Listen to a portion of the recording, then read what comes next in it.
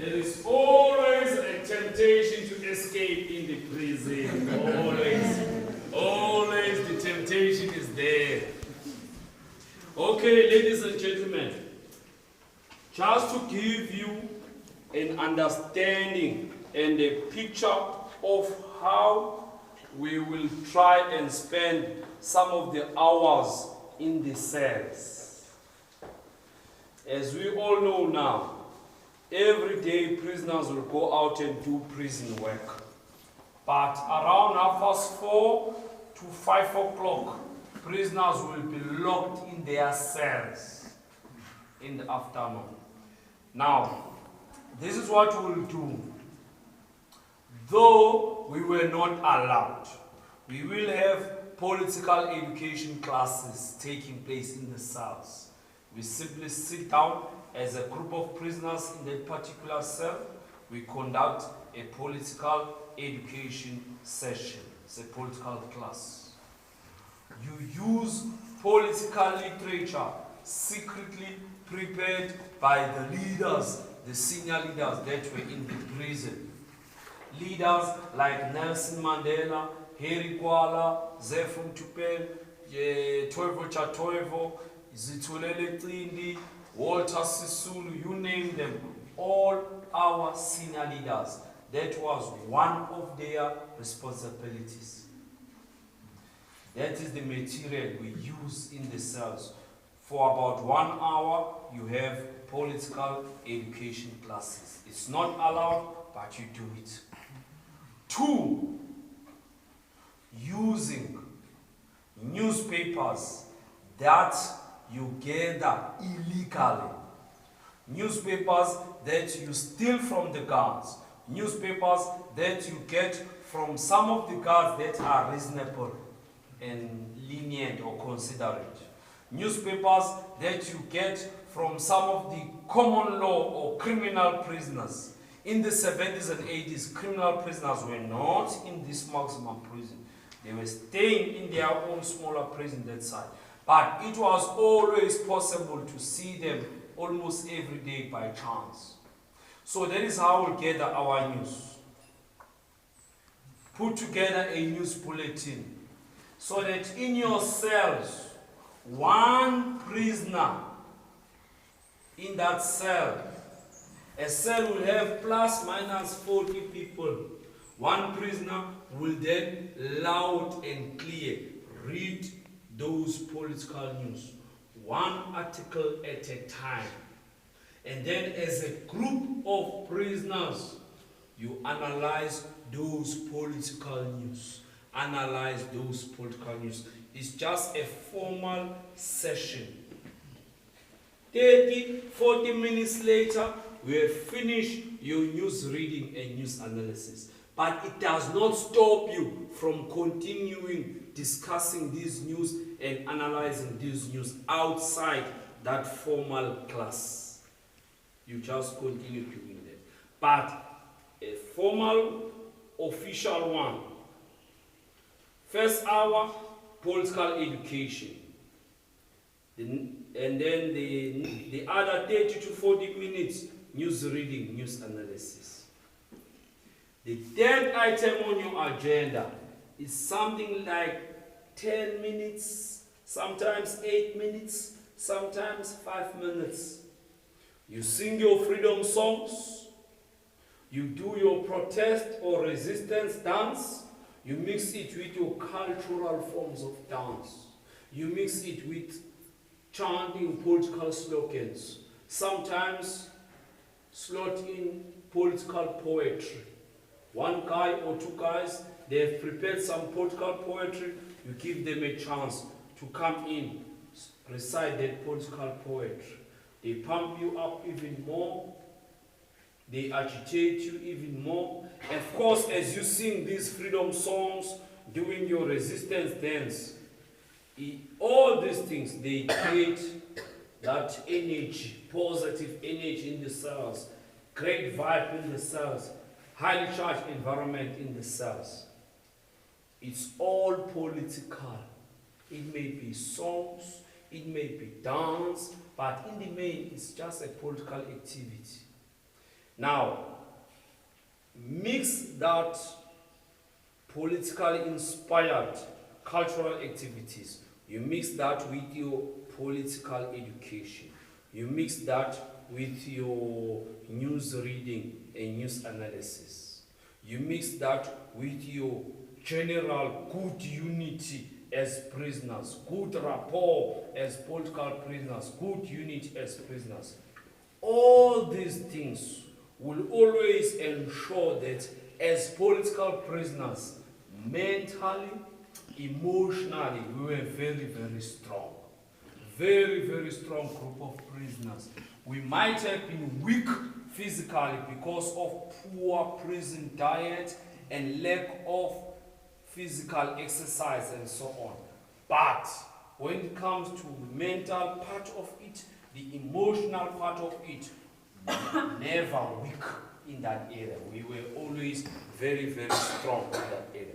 Now, once you are strong emotionally and mentally, it means you are better placed to handle the challenges of being in prison.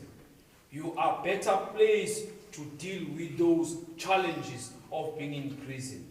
They may beat you up, they may lock you in solitary confinement, they may charge some of you to appear before the prison court. But you always have a strength to deal with these things. They are never going to break your spirits. They are never going to demoralize you in prison. Having said that, it does not mean throughout his stay in prison, this guy for 10 years or for 5 years, he never was in a space where he was feeling demoralized or emotionally weak, maybe for a few days. That will happen. Maybe for 2 weeks. That will happen to this particular individual at that particular moment. But in general, for the bigger part of the year, he is feeling strong, he is feeling motivated, and that is how other people feel in the prison in general. They are always confident, they are always strong, never regretting why I decided to fight against this government, to fight for basic rights, to fight for freedom. No, you don't have those things. You are always mentally strong. But it's going to happen, definitely, that from time to time, some individual in a cell of about 40 people for a few days, even sometimes just few hours, you feel low. Your strength is not really there.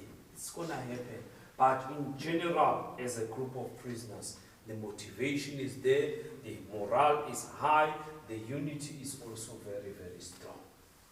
It's also going to happen that in this family, this guy is very rude. This guy has got short temper. This guy, sometimes he's naughty, he misbehaves. You know, it happens from time to time. It's going to happen from time to time. And then when you have your differences as prisoners, you sit down, you confront each other. You confront each other. They are your comrades. They are your comrades. They are not your enemy. You confront each other in a proper way, in a civil way. You criticize each other, you advise each other, and then you move forward. If that does not help, you bring another guy, and then you are three now. You are talking about his problem. You are talking about his misbehavior. Or you are talking about how you are stepping on each other's toes. How you are not seeing eye to eye with one another. And then this guy, as a third person now, as a neutral person, he tries and help you. He tries to assist you. If that does not help, again, you all know that at some point, every second week, we have this meeting called criticism and self-criticism. It's a section meeting or it's a cell meeting. You talk about your differences in a collective way, in a group environment. You criticize each other, you advise each other. So that is how we were handling our differences as prisoners. But these things don't happen by chance. There is no luck involved. It's just commitment. It's just commitment.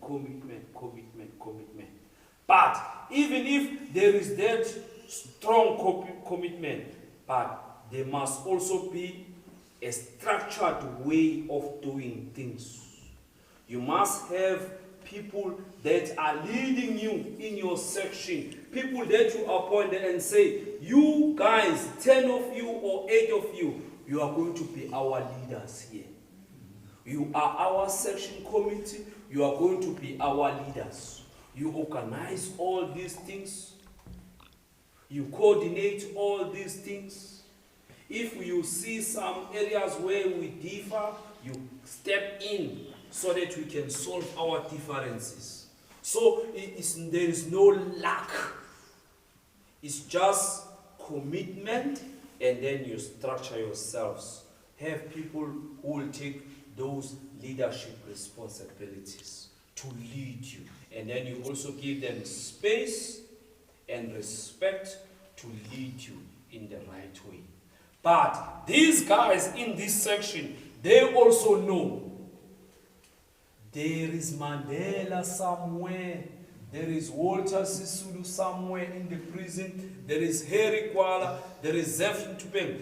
Those are nationally recognized leaders. Those are now genuine senior leaders. Whatever we do here, we must work closely with those leaders. Because after all, way back, it was the wisdom of these leaders who said we must, wherever we are, we must have section committees. As leaders, they decided that long ago to say all the prisoners, wherever they are in the prison, they must have section committees. And it is these leaders who always prepare political literature. So even in the prison, though it's not easy, it's difficult, but they are your leaders. You must also give them the time, the respect, and the space to lead you. They lead you. Yeah. I'm going to stop there now. Yes? Where were the guards when you had your... In the afternoon, the guards don't stay in your sections in the afternoon. They are elsewhere, coastal line, guarding that area. Some are at the towers, others at the harbor, and then maybe 6 or 7, they are at the control room, prison control room. I'm sure all of you, you notice there are speakers in these cells. Those are speaker microphones. So from the control room, those guys that are at the control room, they can actually press some buttons and listen. Listen to whatever is happening, to what you are talking about in your cells. But of course, you know that from the control room, with these speakers, they can listen to us. Or they can even give us some instructions. So you cover these speakers. You cover those speakers so that they cannot listen to you at the time when you are doing political education, news reading and analysis. You don't want them to listen because they may record you. When they record you, you may be punished. You may end up in solitary confinement, or you may end up being charged to appear before the court, the prison court. Yeah. So you must be careful. Protect yourselves, cover those things, yes. And of course, along the way, as you cover these things all the time, it's also natural that the guards will also recognize that you also have some respect for their authority. You see, it appeases them, it makes them feel good, it makes them feel better that at least You are not arrogant. You are covering these speakers so that they cannot hear you. They know what you are up to. They know what you are doing. But they also know that you cover these speakers so that they cannot hear you. So, it's a small way of showing them that you also respect their authority. Not really recognizing them as a legitimate government, but you respect their authority as guards in the prison. Yes. So, once in a while, they come hard on you, they confiscate your political literature, they try and stop you, they beat you up and so on. But they are not going to do that every single day. Yeah, it's just too much. They can't do it every single day. As they punish you, as they confiscate their political literature, as they confiscate your political literature, these guys also know it. Just like you also know that following day, around 5 o'clock, we'll be sitting down, continuing with our political education. They know it. They know that these political prisoners are not going to stop because today we have been beating them up or we confiscated their political literature. They know following day these guys are going to continue with this thing. No matter what we try and do, these political prisoners don't stop. They just continue doing their political literature. Just like we political prisoners, we always knew no matter what we will say to these guys, they will never change their political beliefs. They were loyal to their government. You could talk your beautiful politics of democracy, constitution, human rights, equality, non-racialism, all those beautiful things. But they are loyal to their government. They like their apartheid. No matter how the whole world condemn them, criticize them, they like their apartheid. They are committed with their apartheid. So you don't really try to crack your heads worrying about your guns. You just do your own thing and continue with your lives in the prison. Now, on that note, we are going to Mr. Mandela's cell. After Mandela, after we have seen where the senior leaders were staying, it's a release for everybody.